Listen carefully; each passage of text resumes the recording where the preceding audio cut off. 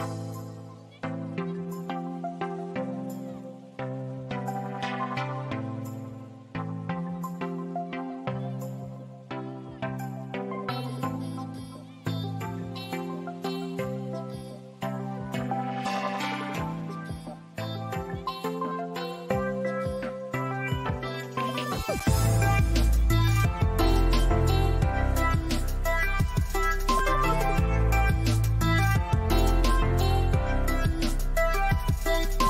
seu canal Rede Previdência passa a apresentar o programa Ao Vivo, Doutor.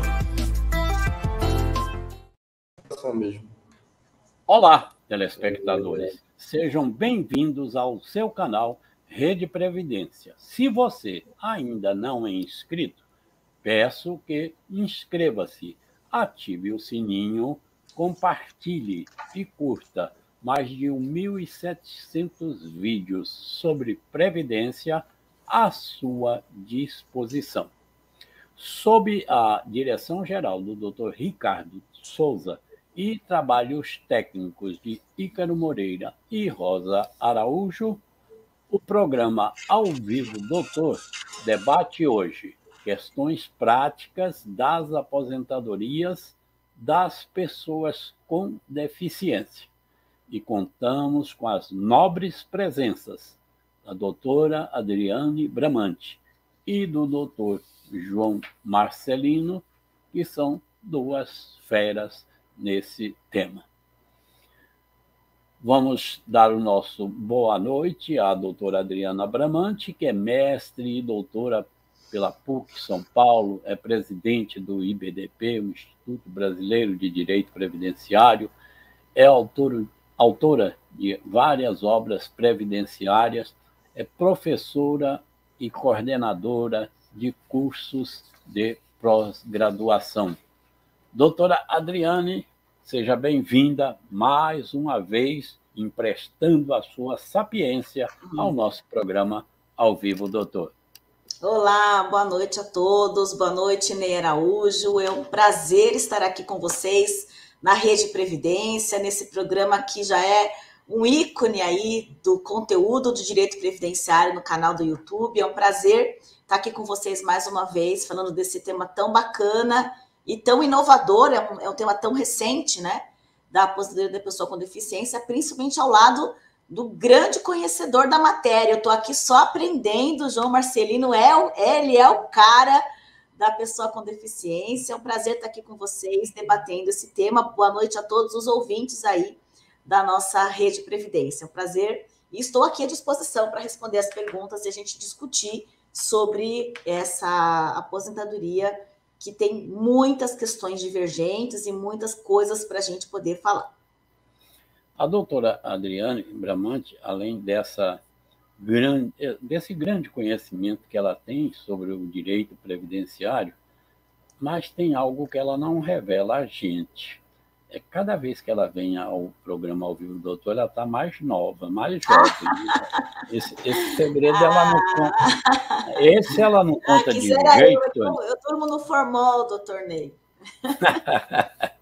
Bom, então vamos cumprimentar ao doutor João Marcelino, que é advogado, é especialista em direito previdenciário e processual, ex-chefe de acordos internacionais no INSS. Inclusive, doutor João Marcelino, veja a sua agenda aí que nós precisamos fazer um programa sobre esse tema. Ele é gerente de agência da Previdência Social do INSS e também é autor de livros sobre direito previdenciário e uma obra muito, muito aplaudida, que é a referência sobre esse tema de hoje, que é das aposentadoria das pessoas com deficiência. Seja bem-vindo também, doutor João Marcelino. Boa noite a todos, boa noite a todas, boa noite, Ney Araújo, boa noite, doutora Adriane Bramante. É um prazer, é um privilégio também estar junto com a senhora aqui nesse programa, falando um pouco sobre um tema tão importante, né, que é a aposentadoria da pessoa com deficiência.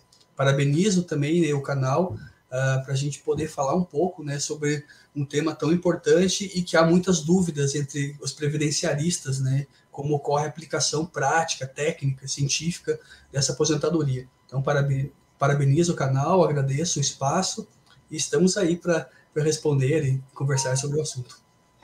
Certamente, o doutor João Marcelino trará grande colaboração. Mas, doutor, diz que as mulheres gostam de trabalhar, então vamos deixar a doutora Adriane Bramante trabalhar primeiro.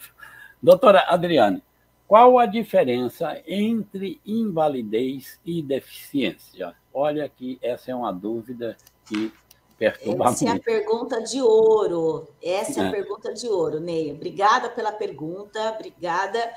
Porque, na verdade, as pessoas confundem justamente a aposentadoria da pessoa com deficiência da aposentadoria por incapacidade permanente.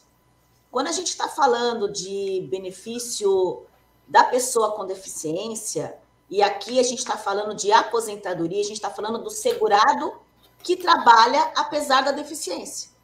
Não é aquele segurado que ficou incapaz para o trabalho.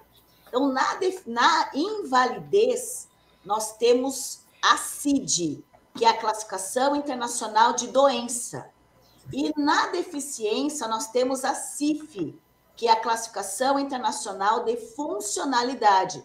Então, há conceitos diferentes entre a deficiência e a invalidez. Inclusive, há uma grande confusão, Ney, na própria justiça, na própria perícia judicial, porque o perito acaba avaliando o segurado à luz da invalidez, ao invés de analisar o segurado à luz da deficiência. Não se fala na deficiência aqui daquele BPC, a gente não está falando do benefício assistencial, que a pessoa tem deficiência, incapacidade para os atos da vida civil e para o trabalho, não é essa deficiência. Aquela deficiência de situação de miserabilidade que dá direito a benefícios assistenciais não é o mesmo benefício da aposentadoria da pessoa com deficiência, porque aqui a gente lida com barreiras, o próprio conceito de deficiência, depois o Marcelino pode complementar, ele vem da Convenção de Nova York e ele fala justamente das barreiras da pessoa com deficiência em relação à pessoa sem deficiência e sua integração na sociedade. Então, a gente precisa justamente avaliar esses conceitos distintos de invalidez e de deficiência para definir efetivamente quem tem direito a um benefício por incapacidade permanente e aquele que tem direito à aposentadoria da pessoa com deficiência. Eu posso ter, por exemplo, um segurado que está aposentado por incapacidade permanente, de repente passa por uma perícia, o INSS dá alta, ele pode voltar a trabalhar, porque ele foi, de repente, reabilitado. Vamos imaginar que eu tenho uma pessoa com um problema na perna e faz curso de direito, vai ser advogado, eu tive um aluno que tinha uma deficiência grave, andava de muletas na faculdade, e eu dei aula para ele, ele se formou, foi fazer direito e pediu alta da invalidez para advogar.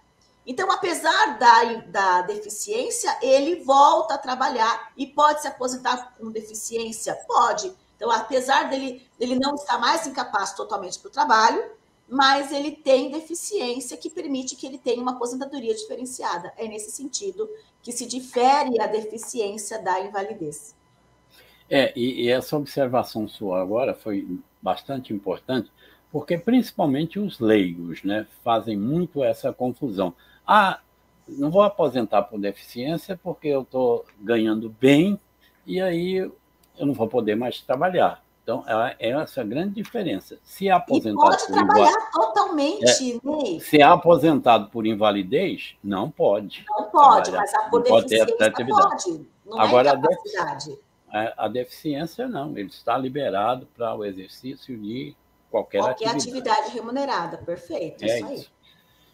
Doutor João Marcelino, e como é avaliada essa deficiência? Bom, como muito bem colocou a doutora Adriane, infelizmente a gente tem essa confusão conceitual, né, entre a incapacidade laborativa e a deficiência. E digo, Ney, que não é só os leigos, são os próprios operadores de direito, juízes, o próprio INSS, às vezes, que faz essa confusão conceitual, exigindo a incapacidade laborativa, onde deve ser exigir a deficiência, e o que vai ao contrário da própria norma, da própria lei, porque a lei exige um tempo mínimo de contribuição enquanto pessoa com deficiência, né? 15 anos de contribuição enquanto pessoa com deficiência na aposentadoria por idade, e um tempo mínimo de contribuição na aposentadoria por tempo. Então, a própria mens legis já subentende o exercício da atividade remunerada enquanto pessoa com deficiência. É claro que a legislação também albergou esse grau facultativo em decorrência do princípio da universalidade, mas o legislador ele pressupõe que a pessoa exerça atividade remunerada, porque exige um tempo mínimo de contribuição, e essa contribuição, como segurado obrigatório, é no exercício da atividade remunerada. Portanto, confundir incapacidade laborativa com deficiência é um erro gritante, infelizmente ocorre, e vai contra a própria mens legis, contra a própria intenção do legislador. E, como bem colocou a doutora Adriane, na avaliação da deficiência, nós temos uma outra forma de avaliação, que é a CIF, a Classificação Internacional de Funcionalidade, Incapacidade e Saúde, que é um estudo da OMS, feita lá em 2001, que trouxe à luz o conceito biopsicossocial de deficiência. No Brasil, esse conceito biopsicossocial ele é exigido pelo artigo 2º do Estatuto da Pessoa com Deficiência. Ele exige que toda avaliação da deficiência tem que ser multidisciplinar e multiprofissional, ou seja, do ponto de vista biopsicossocial, analisando não apenas a restrição biológica que aquela pessoa tem, mas sim com quais são os impactos sociais que aquela restrição biológica ocasiona. Esse artigo 2º do decreto do Estatuto da Pessoa com Deficiência ainda não foi concretizado ainda. Existe a necessidade da criação de um instrumento único de avaliação de deficiência no Brasil. Isso não foi criado até hoje. Houve decretos aumentando esse prazo, em decorrência da Covid foi aumentando o prazo, e o instrumento único até hoje não foi ditado. Agora, com o novo governo, deu-se um novo prazo de 360 dias para que esse novo modelo único de avaliação de deficiência seja criado, para que a avaliação seja feita com base em uma análise biopsicossocial. Mas enquanto isso não é criado, o que nós temos, e isso é aplicado desde 2014, é o chamado IFBRA, Índice de Funcionalidade Brasileiro aplicado para fins de aposentadoria. O próprio artigo 4º do Decreto 10.410 prevê a aplicação do IFBRA para todos os benefícios, agora não apenas para as aposentadorias, até que se crie esse modelo único de avaliação da deficiência que prevê o nosso Estatuto da Pessoa com Deficiência.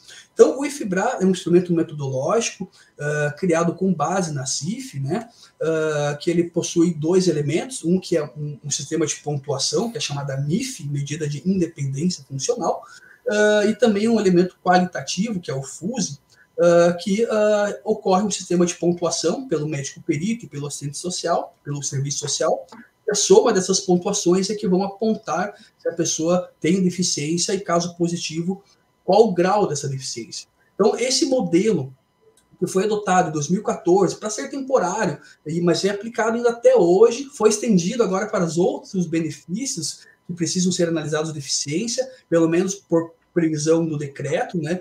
Embora na prática está sendo aplicado apenas para aposentadorias e pensões, na prática, né? O BPC possui uma portaria interna que regulamenta a análise da deficiência, mas por enquanto é esse o instrumento, o IFBRA é o instrumento mais técnico, mais científico, e é o único que analisa do ponto de vista biopsicossocial hoje, né? E é aplicado no INSS e é aplicado também no âmbito judicial, deve ser aplicado. Há entendimento já da TNU, no sentido de que é obrigatória a aplicação do IFBRA em âmbito judicial, porque é o único que analisa do ponto de vista biopsicossocial, até que se crie esse modelo único de avaliação da deficiência, que é uma novela que vai demorar muito ainda para ser criado, mas por enquanto nós temos sim um instrumental que é o IFBRA. Muito bem, doutor João. Doutora Adriane Bramante, como você já se referiu, o doutor João é um desconhecimento, e principalmente na avaliação pericial, que muitas vezes tem essa confusão. Então, nós, advogados, precisamos aprofundar o conhecimento nesse tema para ficar de olho nessas perícias, não é? E fazer ali as contestações devidas quando verificar que não há uma avaliação realmente consentânea. Mas, doutora Adriane, se me permitir, quero lhe fazer a seguinte pergunta. Quais provas documentais podem demonstrar a deficiência?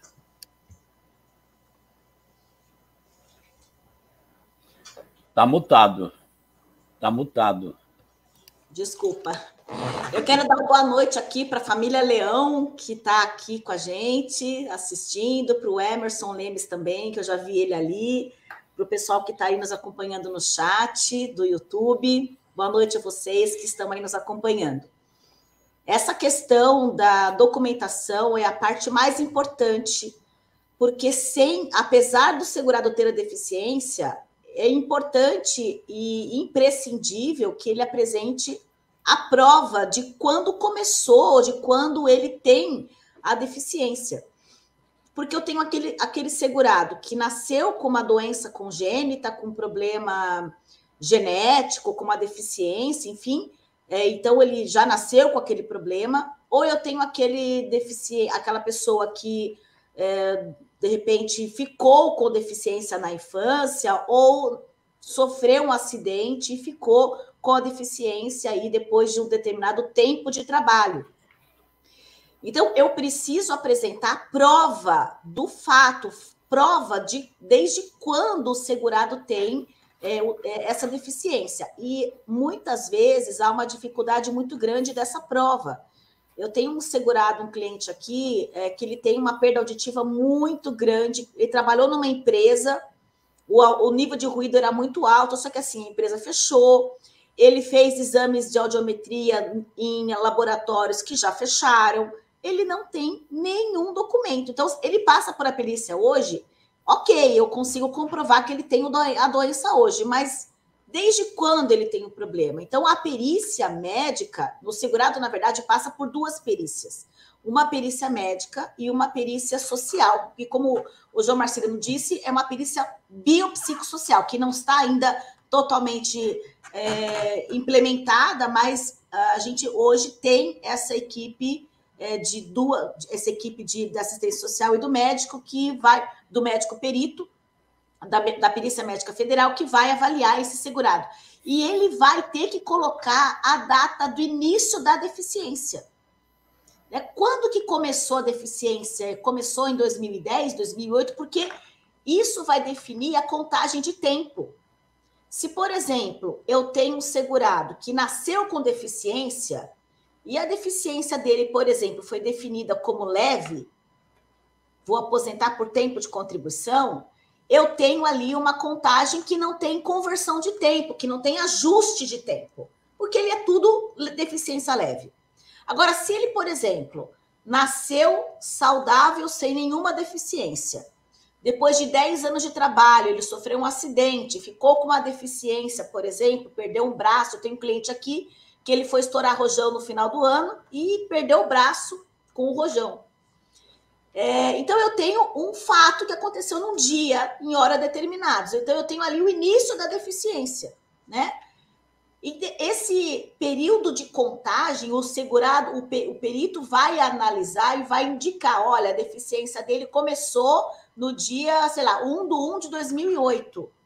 Então, dali para frente, ele tem deficiência, mas dali para trás, ele não tem deficiência. Então, a contagem, ela sofre um ajuste de tempo. Lá no decreto 3.048, artigo 70A, B, C, D, E, F, tem várias tabelinhas de conversão que a lei, na verdade, não chama de conversão, o decreto chama de ajuste de tempo. Foi o decreto 8145 de 2013 que regulamentou a aposentadoria da pessoa com deficiência depois da lei complementar 142 de 2013. Então, a gente precisa dessa documentação, que pode ser relatório médico, pode ser um exame da época, o segurado pode ir lá no hospital, por exemplo, onde ele nasceu com um problema de saúde, de repente o hospital ainda está aberto, ele pode pegar o prontuário médico do hospital, os hospitais estão abertos, eles fornecem, se tiver isso, a documentação ali, ele pode ir no posto de saúde, verificar se ali também tem a documentação, o relatório, o exame de saúde, tudo que ele tiver, de repente ele sofreu um acidente, o boletim de ocorrência também pode servir de prova do ocorrido, do acidente, enfim, tudo que ele tiver que demonstre o fato, que demonstre que houve um evento, né, um acidente, ou um exame que comprove que ele teve um problema de saúde a partir da determinada data, é o que vai permitir que o perito faça essa indicação ali, porque o perito vai ter que avaliar, Ney, duas coisas.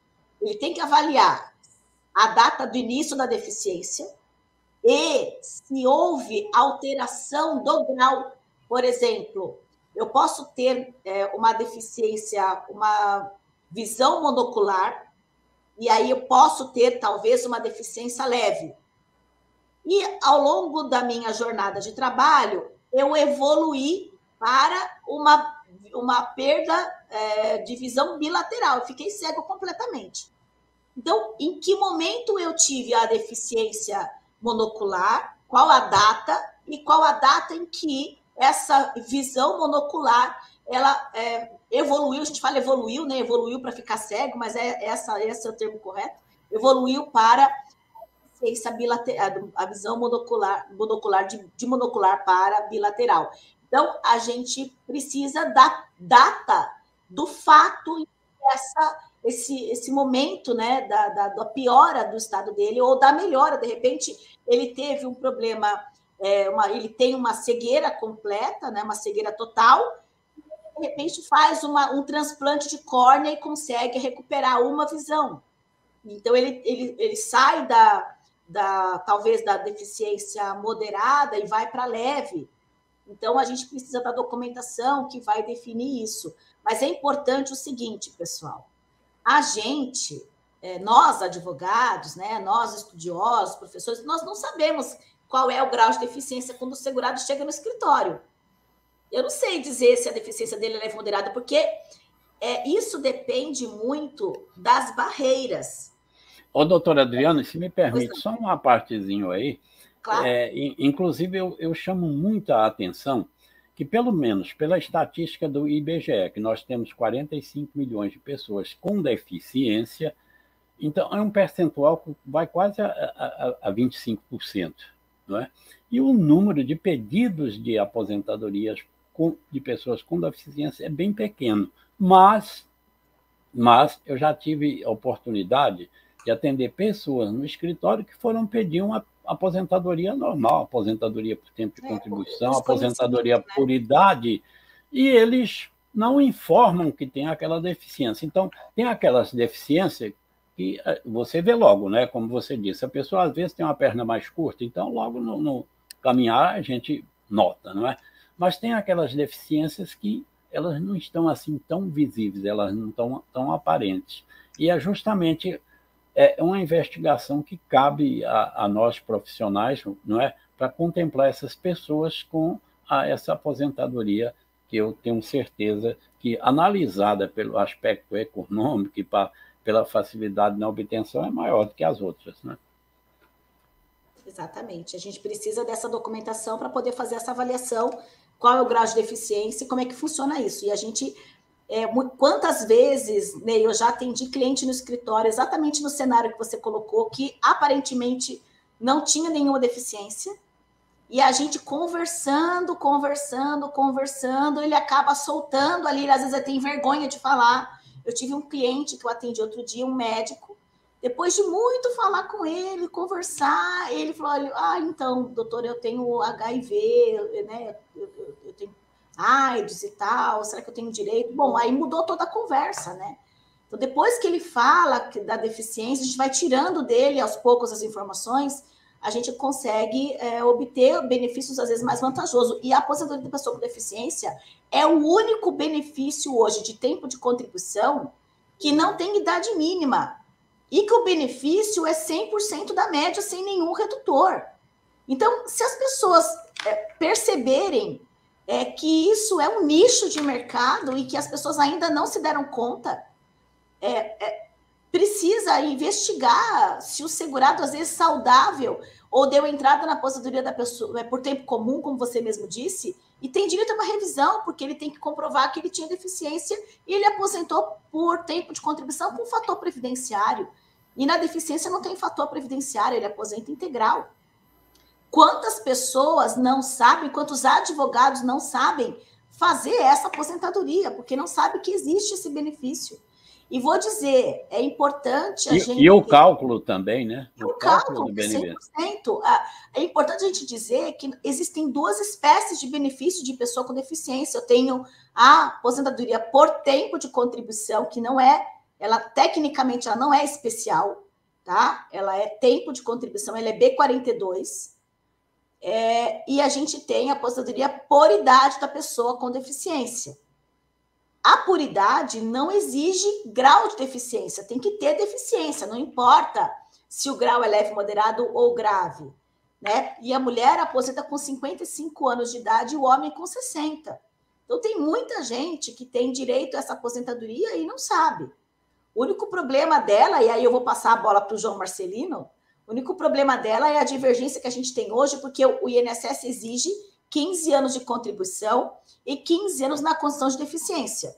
Só que o INSS entende que tem que ter 15 anos de contribuição como deficiente. E a lei não fala isso. Aí passo a bola para o João Marcelino para explicar isso para a gente.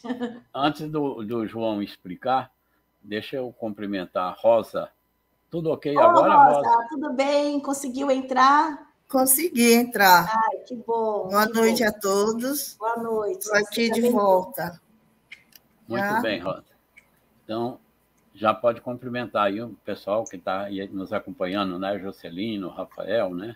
Então, tem muita gente aqui. A Leide Tavares, Nininho, Costa, Jocelino, Rafael Leão, Emerson Lemes. Nininho Costa é lá da Câmara Municipal do Recife, assessor lá do nosso vereador Guabiraba. Seja bem-vindo, Nininho. Está estreando ele, viu? Né? Emerson Lemes, José Torquato. Emerson Lemes, esse é nosso parceirão. Ei, Emerson, da próxima que vir, traga os vinhos aí pra gente, tá bom? Já tem aqui Jocelino, tem uma pergunta. Deixa eu só passar essa intervenção que a doutora Adriana quer ouvir também, o doutor João Marcelino, e aí eu passo a palavra para você fazer a pergunta, tá ok? Ok. Doutor João Marcelino, por favor. Como a doutora Adriane bem colocou, a aposentadoria da pessoa com deficiência hoje realmente é um grande nicho de mercado, né? Porque não tem idade mínima, o valor é mais vantajoso e a pessoa pode continuar a trabalhar. Diferente da aposentadoria especial, né, que tem que se afastar da atividade nociva, a aposentadoria da pessoa com deficiência, a pessoa pode continuar trabalhando normalmente e, às vezes, a deficiência surge da própria especialidade. Pelo próprio agente nocivo que a pessoa se expôs durante uma vida inteira, a pessoa se tornou uma pessoa com deficiência e, ao invés de ter uma aposentadoria especial, que tem que se afastar daquela atividade, pode ter uma aposentadoria da pessoa com deficiência, inclusive reconhecendo tempos especiais para aumentar o seu tempo de contribuição. É possível, sim, reconhecer o tempo especial na aposentadoria da pessoa com deficiência com a conversão do tempo especial para tempo com deficiência, concedendo, então, uma aposentadoria da pessoa com deficiência e a pessoa continuar trabalhando com uma aposentadoria em valores similares aí a uma aposentadoria especial. Então, realmente é um nicho de mercado muito significativo.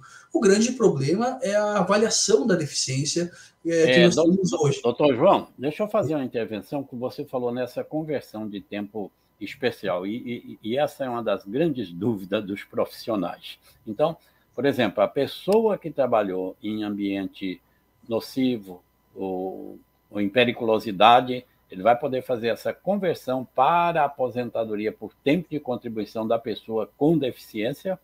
Sim, a Lei Complementar 142, ela induz a erro a interpretação. Ela fala que não é possível uma dupla redução, mas o artigo 70F, parágrafo 1º do Decreto 3.048, ele traz os conversores na situação em que há um tempo especial e também há um tempo com deficiência. Aí você converte esse tempo especial para tempo com deficiência, utilizando fatores específicos para isso, né? Então, há uma adequação desse tempo, o tempo especial, se for um tempo leve, lá de 25 anos, né, adequa-se o referencial 25 para um referencial 33, por exemplo, né, com o fator 1,32, né, que é um homem com deficiência leve. Então, há, sim, um acréscimo do tempo, né? Na verdade, é uma adequação, porque há uma alteração de referenciais, mas há, sim, um significativo vantagem ao segurado essa conversão do tempo especial para o tempo como deficiente. Então, se você busca uma aposentadoria da pessoa com deficiência, você tem que, sim, juntar PPP, juntar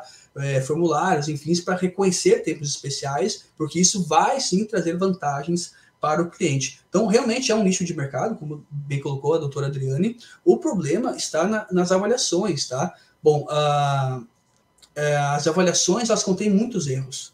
Não há... Eu já analisei, o meu livro ele fez 10 anos mês passado, né? A Lei Complementar 142 fez 10 anos mês passado, meu livro fez 10 anos mês passado. Nesse interim de 10 anos, eu analisei centenas de laudos de LC 142 e eu sou bem sincero, são poucos que não tinha erros. A maioria desses laudos contém erros feitos pelo INSS, erros feitos pelo Poder Judiciário, por várias questões, tá? Questões do tempo que isso é feito, né? Perícias feitas em 15 minutos, sendo que no mínimo tinha que ser 1 hora de avaliação, questões operacionais de sistemas mesmo, enfim, vários erros que demonstram que o grande problema que está nas aposentadorias hoje às vezes, o desconhecimento técnico também, as avaliações. Então, se o profissional do direito ele tem esse conhecimento técnico de saber onde está o erro naquela avaliação feita pelo INSS e demonstrar isso tecnicamente perante o Poder Judiciário ou perante a junta de recurso, que hoje já está bem mais avançada na matéria, é possível sim a gente reverter essas análises equivocadas e conceder ali uma aposentadoria da pessoa com deficiência ao cliente de forma muito mais vantajosa. Agora, respondendo a intervenção ali da doutora Adriane, realmente a aposentadoria por idade da pessoa com deficiência, ela exige um tempo mínimo, né, de 15 anos de contribuição na condição de pessoa com deficiência, isso na aposentadoria por idade, mas na aposentadoria por tempo não há essa exigência.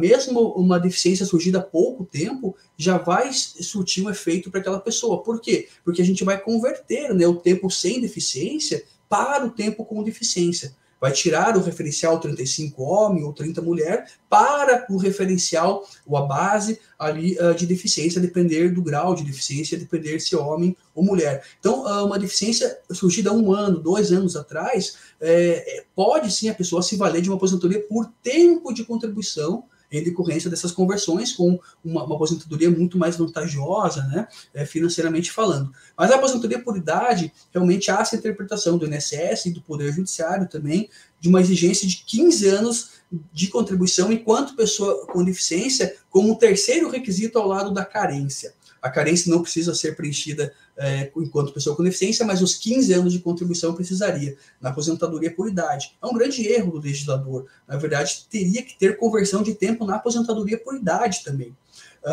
Na verdade, existe, né? Existe a conversão de tempo na aposentadoria por idade, mas apenas para fins de cálculo do benefício, para aumentar o coeficiente, mas não para fins de concessão do benefício, que é um erro do legislador. A não conversão de tempo, você ignora todo um tempo de contribuição que a pessoa teve antes de alterar o referencial, né? Antes de ser uma pessoa com deficiência. É a mesma coisa que a emenda trouxe, né? O absurdo de não poder converter tempo especial em comum após 3/12 de 2019. Você vai ignorar todo um tempo especial da pessoa. Então, essa impossibilidade de conversão na aposentadoria por idade traz esse entrave, né? Essa necessidade de 15 anos de contribuição enquanto pessoa com deficiência na aposentadoria por idade. Mas na aposentadoria por tempo, não. Como existem essas conversões, é possível, sim, que uma pessoa que tem uma deficiência há pouco tempo possa, sim, se valer desse benefício.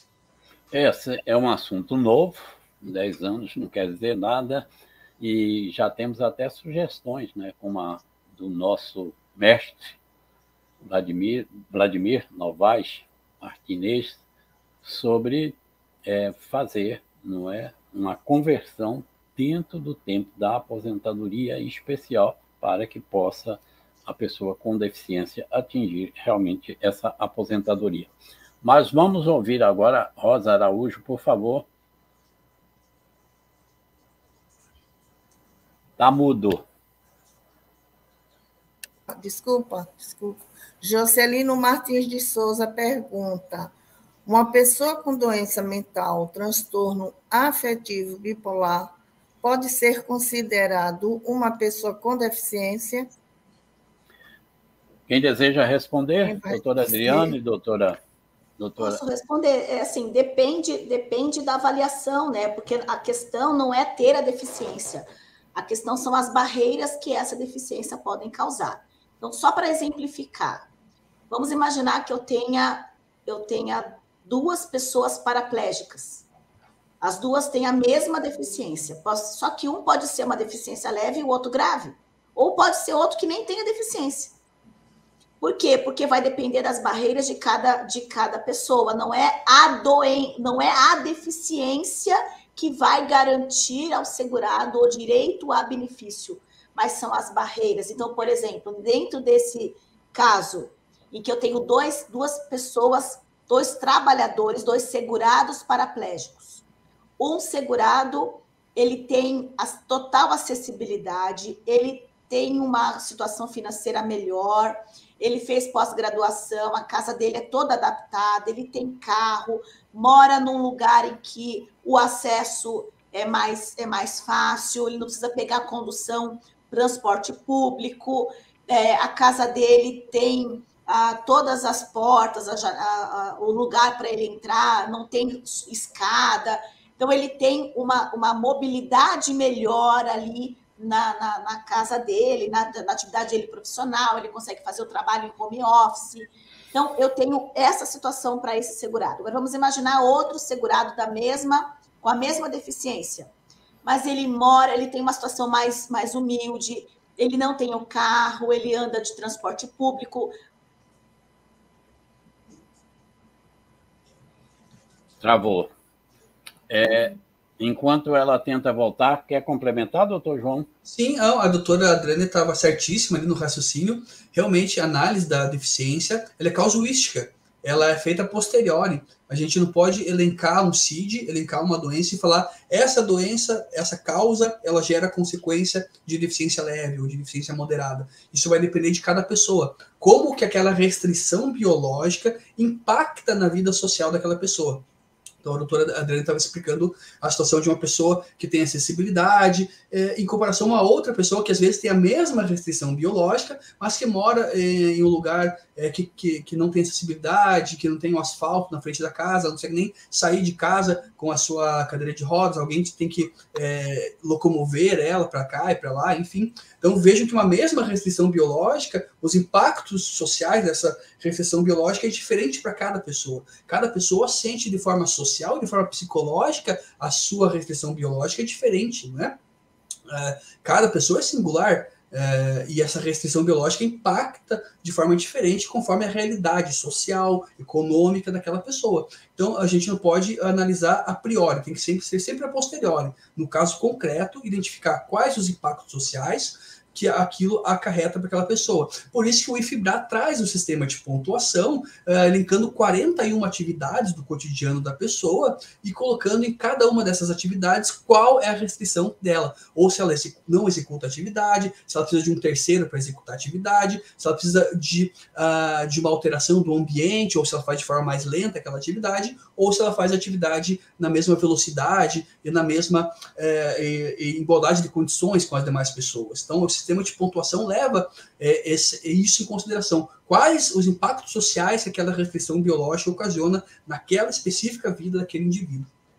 Muitos até desconhecem, doutor João, que essa passagem pela perícia biopsicossocial, ela vai ser levada àquele questionário, né? Que são 7 domínios, como você disse, são 41 questionamentos, justamente para poder posicionar se aquela pessoa é uma pessoa com deficiência e se essa deficiência ela é leve, ou ela é moderada, ou ela é grave. Agora, doutor João, e quanto à aplicação da Lei Complementar 142 no regime próprio de previdência social? Ótima pergunta. Antes da reforma da Previdência, a aplicação da LC 142 nos regimes próprios era feita mediante mandado de injunção. Era necessário impetrar o mandado de injunção perante o STF, né? O STF já tinha entendimento da aplicação da LC 142, que é uma norma de RGPS, para o RPPS, né? Então, você precisaria ter esse mandado injuncional em mãos, fazer o requerimento administrativo perante o respectivo regime próprio e com efeitos interpartes, né? Era necessário judicializar a demanda necessariamente. Com a reforma da Previdência, isso foi ampliado. A LC 142, ela continua sendo aplicada ao RGPS e expressamente o artigo 22 da emenda prevê aplicação ao regime próprio de previdência federal. Então, todos os servidores públicos federais não precisam mais se valer de um mandado de injunção. Eles automaticamente se aplica a LC 142. Para os servidores estaduais e municipais, ali há uma autonomia legislativa. E duas técnicas estão sendo utilizadas. Uma é a aplicação das mesmas regras dos servidores federais. Então, há uma previsão na Constituição Estadual ou na Lei Orgânica Municipal, ali daquele ente subnacional, prevendo a mesma aplicação das regras federais ali naquele servidor estadual ou municipal. Essa é uma primeira técnica que está sendo utilizada por vários entes subnacionais. E outra técnica é a previsão de uma lei complementar local, seja estadual ou municipal, para regulamentar o tema. Nos estados em que isso foi criado, em São Paulo, por exemplo, né, previu-se essa segunda técnica e editou-se uma lei complementar já regulamentando o tema. É um copia e cola da LC 142, apenas com outro número ali, né? Mas é o mesmo regramento, mas com uma lei complementar específica. E alguns entes ainda prevêem uma terceira técnica, que é a previsão de uma lei complementar futura, mas, enquanto isso, aplicar as mesmas regras aplicáveis aos servidores federais. Logo, se aplica a LC 142 para esses servidores até que uma lei complementar futura seja editada. E nos entes subnacionais em que não houve regulamentação, ainda cabe mandado de injunção. Então, o mandado de injunção era a regra, agora virou a exceção, né? E após a reforma da Previdência, realmente a LC 142 ela se espraiou aí aos RPPS e continua sendo aplicado ao regime geral. Dá para ver a importância, né, que a reforma da Previdência trouxe para a Lei Complementar 142. Há em tramitação um projeto de lei para a regulamentação para os servidores públicos federais, tá? Mas enquanto não for editada, não entrar em vigor, né, continua sendo aplicada a LC 142 expressamente para os servidores federais e para os estaduais e municipais, conforme essas três técnicas que eu acabei de mencionar. Muito bem. A doutora Adriane conseguiu voltar, mas deixa eu falar aqui com o Ícaro. Vamos mostrar o nosso ao vivo, doutor, do dia 12 de julho, Ícaro, que vai ser também um ao vivo, doutor, muito importante, com a participação aí da doutora Ivani Bramante e doutor Anderson de Tomás, que são também dois especialistas, não é, nesta área de acidentes, tanto de qualquer natureza como no acidente de trabalho. Esperamos contar aí com todos vocês. Bom, Rosa, com a palavra. Está mutado. Está mutado. Ok. Retornando. Fabiana Bom Tempo pergunta: visão monocular dá ensejo à aposentadoria por invalidez ao segurado especial? Bom, doutora Adriane, já voltou? Tudo bem? Tudo ok? Tudo bem. Gente, o meu computador resolveu simplesmente atualizar. Ele apagou. Ele me largou. Ai, que raiva. Ai, que ódio. Essa hora nós somos dominados. Nossa, totalmente. Me desculpem aí. Bom, mas eu tô aqui pelo celular, porque até ele abrir de novo, né, já foi. Vamos aproveitar essa pergunta aí. Ela pergunta se pode ser aposentada por invalidez, né? Pois é. Então, vamos fazer a relação. Pode ser aposentada por invalidez ou por deficiência? Fica com a palavra.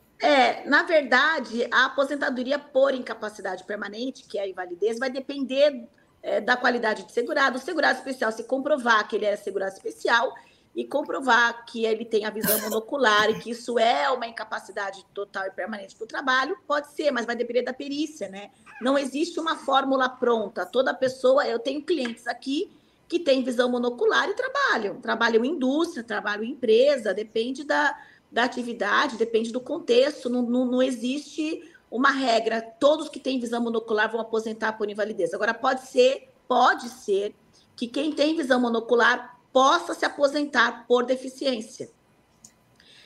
Mas tem uma lei, inclusive, eu não sei o número da lei de cor, 14.301, não sei se é esse, mas tem uma lei, não é esse número de lei, não, mas teve uma lei agora em 2020, 2021, que estabeleceu que a pessoa que tem visão monocular tem uma deficiência leve. Aí eu quero trazer para vocês o seguinte, a lei não está falando sobre o viés previdenciário. Então, não é porque a pessoa tem deficiência monocular, uma visão monocular, que ele vai naturalmente, necessariamente, se aposentar por deficiência. Por quê? Porque vai depender das barreiras, vai depender das respostas às perguntas dos domínios, dos 7 domínios, das 41 perguntas, da assistência social e da perícia médica federal. Então, não depende muito do contexto. Claro que a pessoa que tem deficiência monocular, ela tem um campo de visão limitado, ela tem problemas, né? Mas precisa passar pela perícia para definir se tem o direito à deficiência ou não, tá? A invalidez é a mesma coisa, vai depender da perícia. Muito bem. Doutor João Marcelino, já falamos até aqui em passando, não é? Mas pós-reforma da Previdência, houve mudança no cálculo de aposentadoria das pessoas com deficiência? Então vamos lá. O artigo 22 da emenda, ele previu expressamente a aplicação da LC 142, vírgula, inclusive quanto aos critérios de cálculo. Está expresso isso, né? Faltou o legislador desenhar. Tem que continuar aplicando a LC 142, inclusive quanto aos critérios de cálculo. Bom, o que o INSS, né, o Poder Executivo, interpretou através do decreto 10.410, que alterou o decreto 3.048. Ele interpretou pela metade. Então ele faz um Frankenstein. Ele pega uma parte da regra antiga e uma parte da regra nova. Portanto, todas as aposentadorias da pessoa com deficiência concedidas pós-reforma são benefícios revisáveis. Por quê? Porque se aplica os coeficientes antigos, ok? Aposentadoria por tempo de 100%, né, sobre o salário de benefício, e aposentadoria por idade de 70%, mais 1% para cada grupo de 12 contribuições. Ok. Os coeficientes da LC 142, né, que se remete ao artigo 29, lá da Lei 8.213. Beleza. Mas a parte ruim é que aplica-se o novo salário de benefício. Aplica-se o artigo 26 da emenda. Entende-se que não há exclusão de 20% dos menores salários de contribuição. Então, o coeficiente é aplicado sobre um salário de benefício, cuja média é feita de todos os salários de contribuição, sem a exclusão dos 20% menores. Ou seja, aplica-se o salário de benefício do artigo 26 e não do artigo 29 da Lei 8.213, que a Lei Complementar 142 expressamente prevê. Alguns podem entender, mas nesse caso o artigo 26 revogou, o artigo 26 da emenda revogou o artigo 29 da Lei 8.213 e deve se aplicar o salário de benefício. Eu entendo que não. E digo por quê. O artigo 26 é uma regra transitória, né, de cálculo de benefício, até que uma lei ordinária regulamente o tema dos cálculos. E ela é aplicada, exceto quando a própria emenda prevê uma ressalva. Por exemplo, o artigo 17 da emenda prevê uma regra de transição para aposentadoria por tempo com a aplicação do fator previdenciário. Ou seja, é uma exceção ao artigo 26. A própria emenda traz uma exceção ao artigo 26. E o artigo 22 é outra exceção.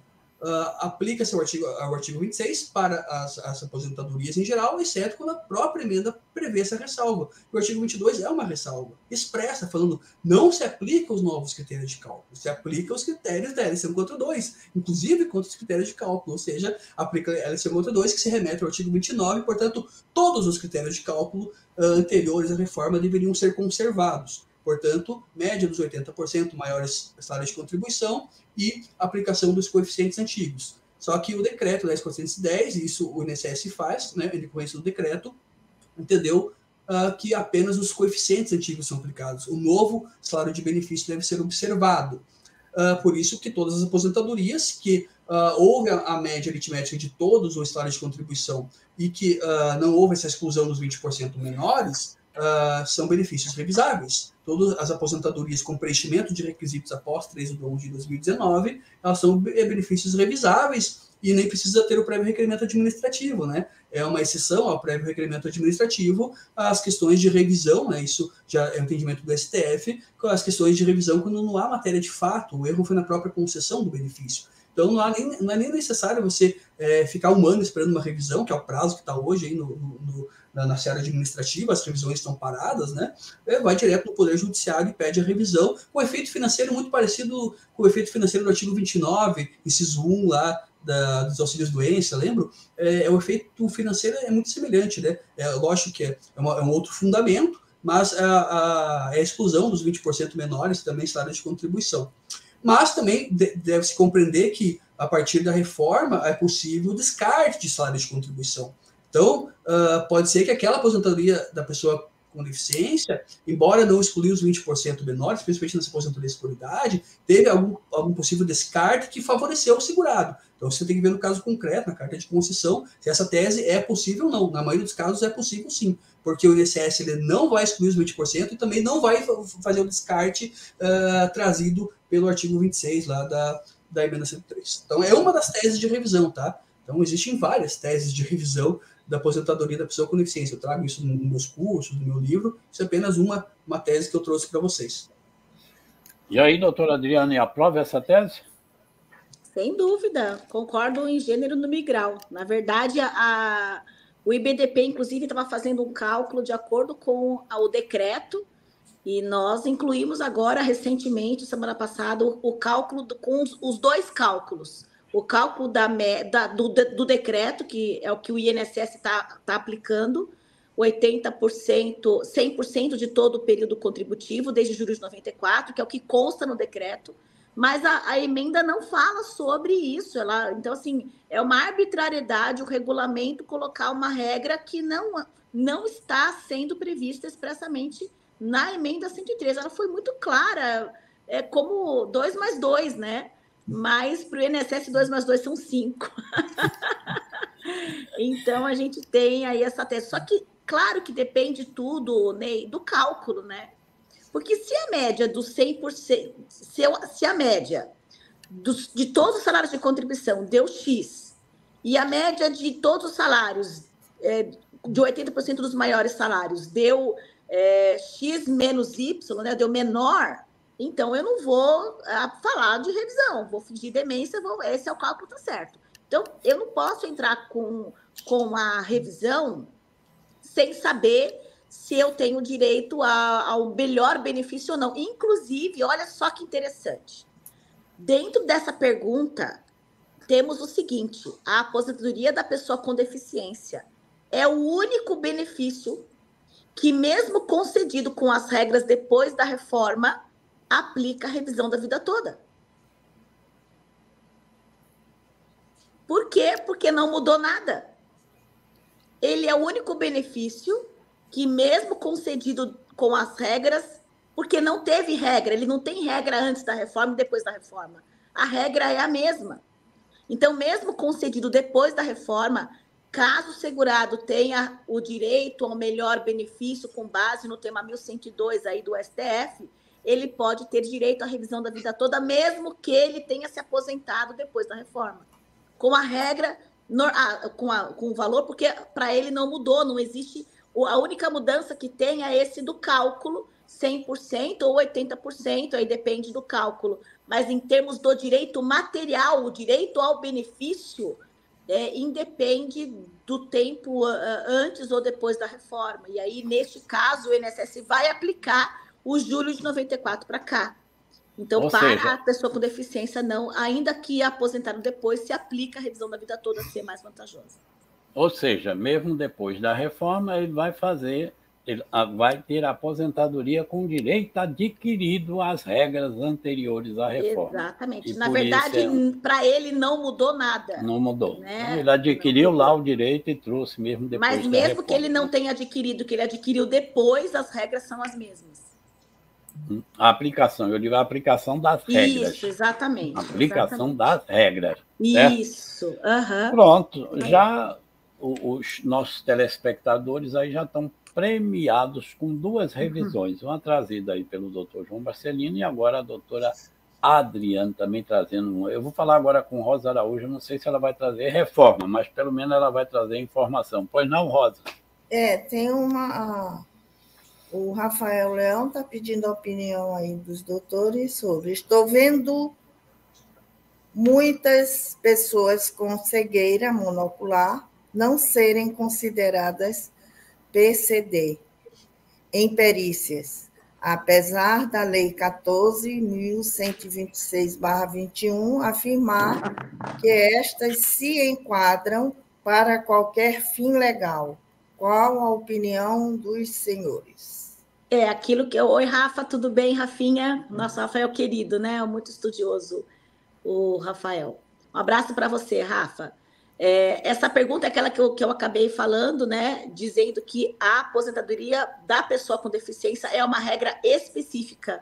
Então, a gente tem essa regra que se sobrepõe à regra geral, né? Então, a gente tem a lei que define a pessoa com visão monocular, ser uma deficiência leve, mas vai depender da avaliação biopsicossocial do segurado com deficiência de visão monocular. Então, depende das barreiras. Não existe uma fórmula pronta. Toda pessoa que tem visão monocular terá direito à aposentadoria por deficiência leve. A regra previdenciária tem regras específicas que devem ser analisadas e cumpridas. Muito bem. Tenho aqui 2 perguntas. Uma delas é: quando deve ser aplicado o método FUSE? Eu vou até deixar essa para que o doutor João Marcelino responda. E a outra, doutora Adriane, é dentro daquela linha: qual a diferença entre deficiência e incapacidade? Com a palavra, doutor João. Tá, então vamos lá. O IFBRA, ele é um método, né, criado com base na CIF. E esse IFBRA, que é previsto na portaria interministerial número 1, ele tem 2 elementos. Tá? O método se chama IFBRA. Ele tem 2 elementos. Ele tem o elemento que chama MIF, que é medidas de independência funcional. E tem outro elemento que se chama FUSE. Tá? Então não chamem o método de FUSE. Isso é um erro conceitual. E é muito comum, né, chamar o método de pontuação de FUSE. Não, o método se chama IFBRA. Dentro dele existem 2 elementos. Um que é a MIF, que é o próprio sistema de pontuação, né, que é 25, 50, 75 ou 100 pontos, a depender da situação. Se a pessoa não exerce atividade, é 25. Se a pessoa precisa de um terceiro para ajudar, é 50. Isso a grosso modo, tá?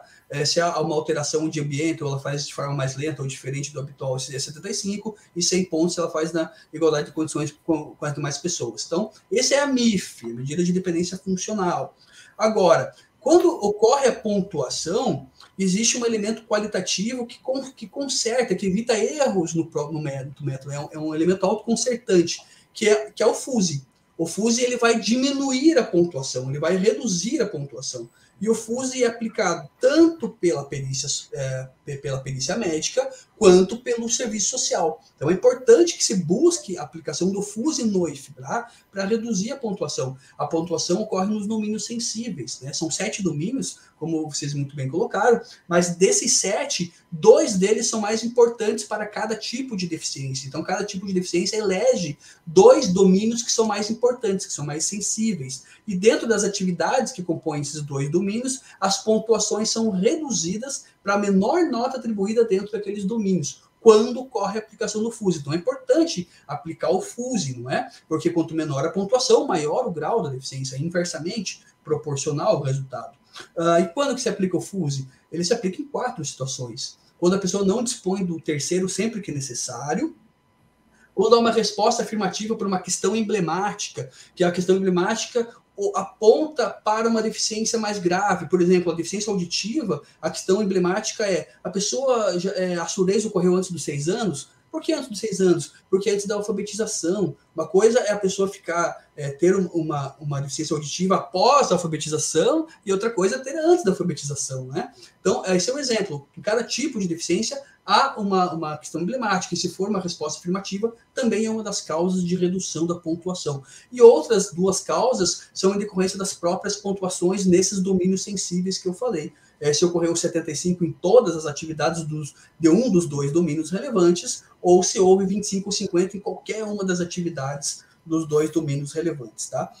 Essas são as causas de aplicação do FUSE, mas é importante, né, que se frise que o FUSE, ele reduz a pontuação, é importante, mas ele é um elemento ao lado da MIF, que compõe um método inteiro, que é o EFIBRA. É um método complexo, não é simples de entender. Eu tenho cursos sobre isso, eu ministro cursos em company, tenho livros sobre isso, e eu vejo que a grande dificuldade e o que torna esse benefício, que é importantíssimo, que é o benefício de concretização de direitos fundamentais, o que torna ele hoje, a sua dificuldade em aplicação é o conhecimento, o desconhecimento acerca desse método. Então, é importante que o profissional do direito, o advogado, a advogada, tenha esse conhecimento técnico que sai, né, um pouco da área do direito, vai para medicina pericial, vai para o serviço social, mas é um conhecimento importante, que com base nisso você não fica refém de perito médico ou perita, né? Você não fica refém, você consegue utilizar a mesma linguagem, porque é um método objetivo, né? Não tem subjetividade ali. Então você consegue objetivamente impugnar esses laudos e apresentar perante o Poder Judiciário, o de recursos, onde estão os erros. Então é importante esse conhecimento. Eu ministro cursos sobre isso, se algum escritório tiver interesse, é só entrar em contato, cursos específicos ensinando como que se avalia essa deficiência, como que você identifica os erros nessas avaliações, para que se busque justiça social, né? Para que se busque o melhor benefício ao cliente. Muito bem. É hora de enriquecer o conhecimento multidisciplinar. Rosa Araújo, muita gente aí participando conosco. Tem bastante gente aqui, tem várias perguntas ainda.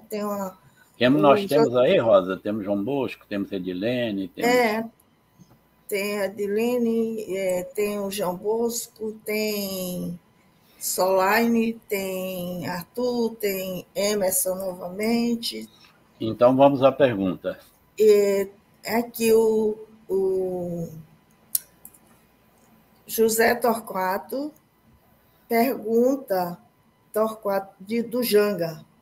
O trabalhador que obteve benefício por tratamento de câncer tem direito à aposentadoria? Doutora Adriane? Depende.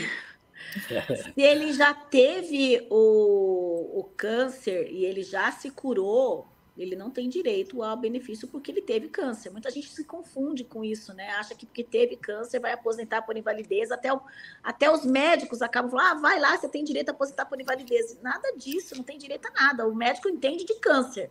O advogado especialista que entende de direito previdenciário, né? Então, não é porque ele teve câncer, ele está fazendo o acompanhamento ambulatorial lá por 5 anos e tal, ele não tem direito de aposentar por invalidez. Ele pode ter direito a um benefício por incapacidade temporária enquanto ele está em tratamento. E, claro, vai depender, gente, do tipo de câncer, do grau do câncer, do tipo de incapacidade, onde quanto é. Então, assim, existem pessoas que têm câncer em estado terminal. Existem pessoas que têm câncer e que, descobrindo na fase inicial da doença, ele faz o tratamento tal, e fica ótimo, né? Recupera. Então, não é isso que vai definir a invalidez. Gente, essa questão de deficiência e de invalidez depende muito da avaliação pericial, da documentação, porque, assim, na incapacidade temporária, o segurado tem que estar capacitado para a sua atividade atual. Doutora Adriane, e aí você também já está respondendo aquela pergunta, a outra, né? Isso, qual a diferença entre deficiência e incapacidade? Exatamente. E aí, na incapacidade, eu preciso, na incapacidade total, né? Eu preciso que tenha uma incapacidade para todas as atividades laborativas do segurado, né? Então, eu preciso avaliar. E há uma confusão, e eu fico feliz que a emenda 103 tenha mudado o nome do risco, porque o risco era doença e invalidez. E as pessoas se confundiam, dizendo, eu estou doente, doutora, eu tenho reumatismo, tenho diabetes, mas não é ter doença, a pessoa tem que ter incapacidade para o trabalho. Então, há essa confusão de nomenclatura, e que bom que a emenda 103 mudou o nome do benefício, que antes era auxílio-doença, hoje se chama auxílio por incapacidade temporária, que está correto, tecnicamente falando, né, o nome. E a invalidez não se chama mais aposentadoria por invalidez, sim a aposentadoria por incapacidade permanente para o trabalho. Então, tudo vai depender do contexto, qual é a atividade do segurado, qual é a atividade habitual e quais são as atividades que ele exerce, para saber se ele tem direito à invalidez, à incapacidade permanente ou não. E a deficiência, como a gente já mencionou aqui, não é o fato de ter a deficiência, mas as barreiras que ele vai causar. Só para ter um exemplo, eu tive um caso de um segurado que sofreu um acidente com 27 anos de idade. Perdeu uma perna e ele usa uma perna mecânica. Ele casou, teve 2 filhos, comprou a casa dele, trabalhou a vida toda na empresa. Ele agora, com 50 e poucos anos, foi aposentar por deficiência. Ele superou tanto as barreiras dele, tanto, que ele acabou, quase que não deu deficiência, porque ele respondeu tudo tão perfeito, ele fez tudo, assim. Então, a deficiência dele acabou quase que não dando deficiência, tanto foram as superações dele. E aqui eu quero destacar justamente esse ponto. É importante que o advogado oriente o segurado na hora da perícia, não no sentido de mentir, pelo contrário, no sentido de falar a verdade.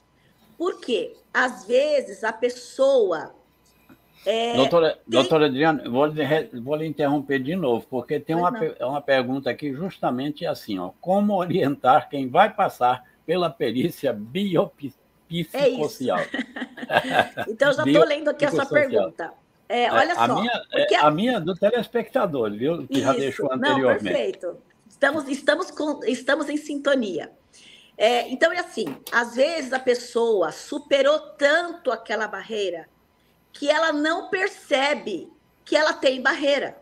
Por exemplo, o perito pergunta assim, o senhor sobe escada? Gente, claro que eu subo escada, né? Só que, assim, às vezes a pessoa não percebe que para subir escada, ela tem que apoiar, ela tem que ter um corrimão, porque senão ela não consegue, ela vai subir um degrau de cada vez. Então, quando o perito pergunta, você sobe escada? Eu subo escada, mas eu subo escada apoiado no corrimão, eu subo a escada devagar, eu subo um degrau de cada vez. Então, às vezes, a pessoa ela acha que o fato dela ter superado, isso é bom para ela. E, na verdade, na perícia, acaba comprometendo o resultado da perícia. Então, é importante que ela esclareça. Eu subo, sim, a escada, mas eu tenho que me apoiar no corrimão, eu tenho que subir de um degrau de cada vez, porque, às vezes, a pessoa não traz esses detalhes. E a perícia, o perito médico e a assistente social vão dar pontos para cada resposta. Então, os pontos são 25, 50, 75 e 100. 25, a pessoa não consegue exercer atividade, ela é totalmente dependente, ela não consegue, por exemplo, escovar o dente sozinha, ela tem que ter a ajuda de uma pessoa para escovar os dentes dela e tal. Ou a pessoa ela consegue, mas ela precisa de um lugar adaptado, então o ambiente, então não é 25, é 50.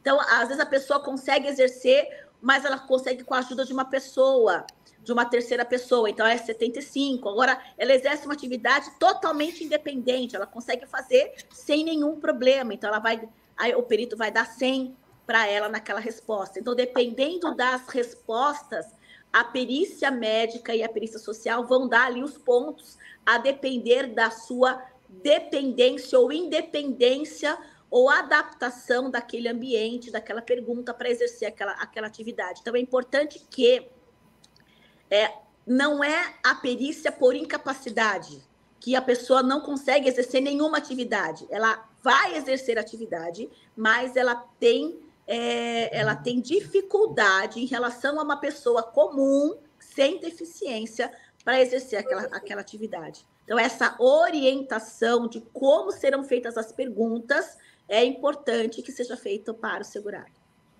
Na verdade, são 41 perguntas. Isso. É claro que cada deficiência, não é, vai ter um tipo de resposta para aquelas 41 perguntas. Exatamente. Então, o advogado, conhecendo a deficiência que tem o seu cliente e que ele precisa de conhecer, o advogado vai orientar, ou melhor, vai fazer esse alerta. Olha, se você tem dificuldade de andar, diga que tem dificuldade Exatamente. de andar. A pessoa às vezes quer dizer que não tem deficiência, não tem dificuldade, porque ele acha que ele superou aquela dificuldade. Ou que ele acha que é bom ele conseguir andar normalmente. Só que, na verdade, não. Ele tem que falar que ele tem dificuldade no exercício daquela atividade, justamente porque é isso que vai definir o grau de deficiência, a resposta do perito. É isso aí. Então, a orientação do advogado vai ser, não minta. Agora, também não vai falar coisa que vai lhe prejudicar. Não é? Diga a verdade. Se você tem dificuldade, tem dificuldade. Se você necessita do auxílio de terceiro, diga tem que falar também. Do auxílio de terceiro, porque se ficar calado, vai contar contra você. Tem uma outra pergunta aqui, falando sobre atividade especial, do Jocelino, que ele pergunta: trabalho em atividade especial sem deficiência se converte para deficiência grau moderado 0,83 ou 1,16, aposentadoria especial de 25 anos de contribuição.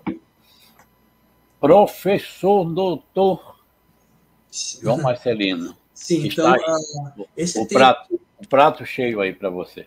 Esse tempo que ele está exposto apenas a agente nocivo, e não era uma pessoa com deficiência, esse tempo, ser reconhecido como tempo especial, normalmente vai ser a exposição nociva em um agente nocivo de grau leve, né, que é a regra geral, com um TBC 25. TBC é um termo técnico, né? Tempo base de cálculo, a gente chama de referencial. Mas o doutor João Marcelino, deixa eu inserir uma pergunta também que já tinha sido feita, que está dentro aí desse tema, certo?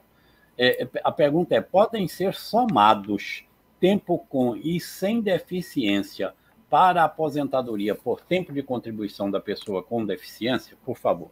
Sim, então eu vou ampliar minha resposta. Na aposentadoria por tempo de contribuição, existem várias fórmulas de conversão de tempo.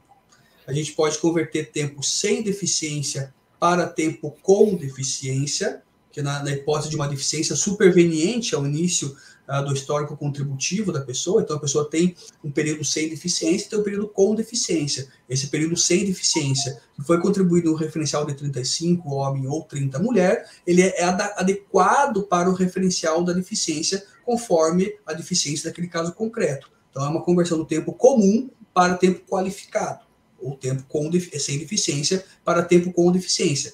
Existem conversões entre deficiências. Às vezes, como a doutora colocou muito bem, às vezes há uma alteração no grau da deficiência. Então, a pessoa pode ter uma deficiência moderada que passa a ter uma deficiência leve, ou leve passa a ter uma deficiência moderada, uma alteração no grau da deficiência. Na prática, não é tão comum ocorrer essas alterações, mas pode ocorrer. Aí a gente vai alterar deficiência para deficiência, ou seja, referencial de deficiência não preponderante para a deficiência preponderante, considerada aquela que tem mais tempo de contribuição, não que tem maior tempo de deficiência, mas sim maior tempo de contribuição dentro daquele referencial. Então, essa é uma segunda hipótese. Terceira hipótese é quando a gente converte o tempo especial de um referencial 25, né, que é a regra geral, para um referencial de deficiência. Existe ainda uma quarta possibilidade de conversão, que é chamada conversão reversa, que você vai converter tempo com deficiência para tempo sem deficiência, buscando uma aposentadoria, não pela eleição 42, mas uma aposentadoria normal. Isso acontece quando não é comprovada a deficiência na data do requerimento, é uma deficiência pretérita. Existe essa hipótese de conversão reversa também. E no caso concreto, a gente pode ter várias dessas hipóteses ao mesmo tempo. Então, você pode ter um cliente que tem um tempo comum, que tem um tempo especial e que tem uma deficiência com alteração no grau. De deficiência leve passou para moderada. Aí você vai converter o tempo comum para deficiência preponderante, você vai converter o tempo especial para deficiência preponderante e a deficiência não preponderante para deficiência preponderante. Então, as conversões de tempo na aposentadoria por tempo de contribuição é uma matéria complexa, não é uma matéria simples. Deve estar atento, porque o INSS erra bastante nessas conversões. O Poder Judiciário nem tanto, mas erra também. Então, deve estar atento. Eu sempre digo hoje que a aposentadoria da pessoa com deficiência, ao lado da aposentadoria especial, né, doutora, é um dos benefícios mais complexos que nós temos hoje. São as duas aposentadorias mais difíceis para a gente aplicar tecnicamente, compreender em sua profundidade, né? Se for compreender superficialmente, aí tudo bem, mas se for compreender em sua profundidade, são os dois benefícios, a aposentadoria especial e a aposentadoria da pessoa com deficiência são os mais complexos que nós temos hoje. Então, existe um estudo, um esforço, né, para você não prejudicar o cliente, né, para você realmente ver se aquela avaliação está correta, se aquela pontuação está correta, e se essas conversões de tempo estão corretas, se os requisitos estão corretos. Então, há várias aí nuances nessas aposentadorias, aqui falando da aposentadoria da pessoa com deficiência, que devem ser consideradas e deve se tomar muito cuidado. Então, não se aventurem, né, estudem antes para não prejudicar o cliente. Muito bem, doutor João e doutora Adriane. Olha, o tempo passou. Já estouramos o tempo. Se eu tivesse que pagar aqui extraordinário, minha dívida estaria muito grande. A remuneração desses profissionais aqui é altíssima. Bem, pessoal, quero lembrar a vocês que esse programa de hoje, essa live aqui de hoje, foi por sugestão de vocês. Então, por favor, mande as sugestões, participem conosco, façam as suas perguntas, para que nós possamos movimentar esse programa, que se faz de 15 em 15 dias, a cada quarta-feira. Possivelmente, não teremos o programa do próximo dia 28, por causa dessas festividades aqui junina, mas dia 12 de julho, com certeza, vamos ter a presença da doutora Ivani Bramante, doutor Anderson de Tomás, falando sobre acidentes, tanto de qualquer natureza, como também de trabalho. Bem, doutora Adriane, eu sei que faltou muita coisa, mas tem alguma coisa assim que você não quer deixar passar, por favor, que estamos finalizando. Eu acho que o advogado precisa investigar o segurado, fazer as perguntas, fazer uma anamnese para perguntar para o segurado se ele tem alguma deficiência, se ele tem alguma doença que possa ser considerada uma deficiência para efeito de aposentadoria dessa pessoa com deficiência, porque muitas pessoas não sabem que tem esse direito, chegam no escritório com o objetivo de aposentar por tempo e ele acaba saindo daqui com a perspectiva de aposentar por deficiência. Pessoas, inclusive, que tiveram alta do auxílio por incapacidade temporária, que ficaram muito tempo naquele limbo, né? Naquele afastado, são pessoas assim que quem recebe auxílio acidente também é um nicho de pessoas que estão aí propícias a terem direito a essa aposentadoria da pessoa com deficiência. Então, que fiquem aí espertos e possam observar com mais cuidado, com mais cautela, o direito dessas pessoas, né, para que possam pedir revisão ou pedir um benefício mais vantajoso. Esse era meu recado. Eu agradeço a oportunidade, Ney. Eu que agradeço a sua participação. Acredito que, não sei se antes, mas pelo menos dia 17, 18 e 19 de agosto, nós teremos o Congresso Previdenciário aqui da nossa APREV, no Recife. Com certeza a doutora Adriana estará por aqui. Estarei, se Deus quiser. E bem acompanhada, né? Sim, estarei por aí. Recife, me aguarde. Traga o maridão. Sim, iremos. Doutor João.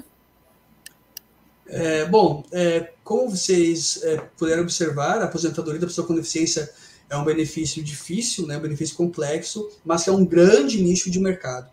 Então é importante a gente ter um conhecimento técnico sobre ela para trabalhar, para trazer o melhor benefício ao seu cliente. Aproveitando então esse espaço, eu informo que a segunda edição do meu livro pela Alteridade Editora já está saindo.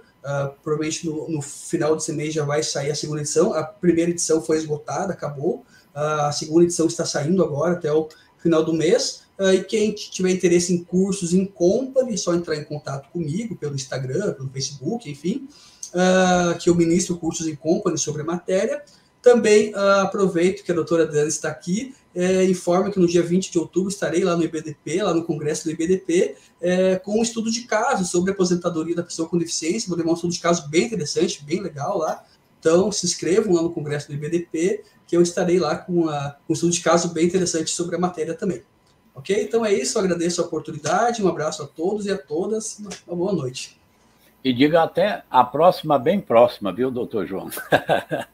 Olha, esse livro do doutor João Marcelino é considerado a Bíblia aí, em termos de aposentadoria das pessoas com deficiência. E doutora Adriane Bramante, ela não tem a Bíblia, ela tem as Bíblias, não é? Que são os livros dela sobre PPP, sobre aposentadoria especial.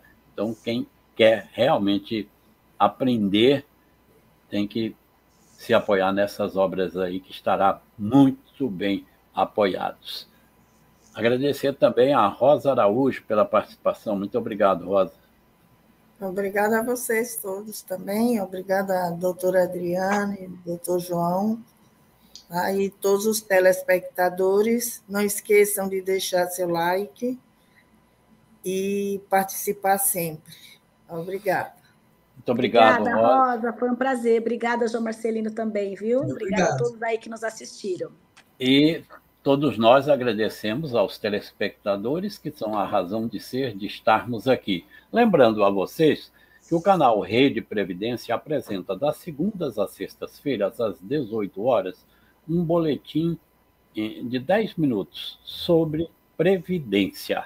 Então, acompanhe os colegas que apresentam das segundas às sextas-feiras, às 18 horas. E não deixem de postar aqui as suas sugestões para novos programas. Esses dois grandes profissionais que vocês abraçaram hoje, certamente voltarão a estar conosco. Canal Rede Previdência, esse é o seu lugar. Agradeço a todos por estarem até agora conosco. Muito obrigado. Tchau. Tchau, tchau. Um abraço.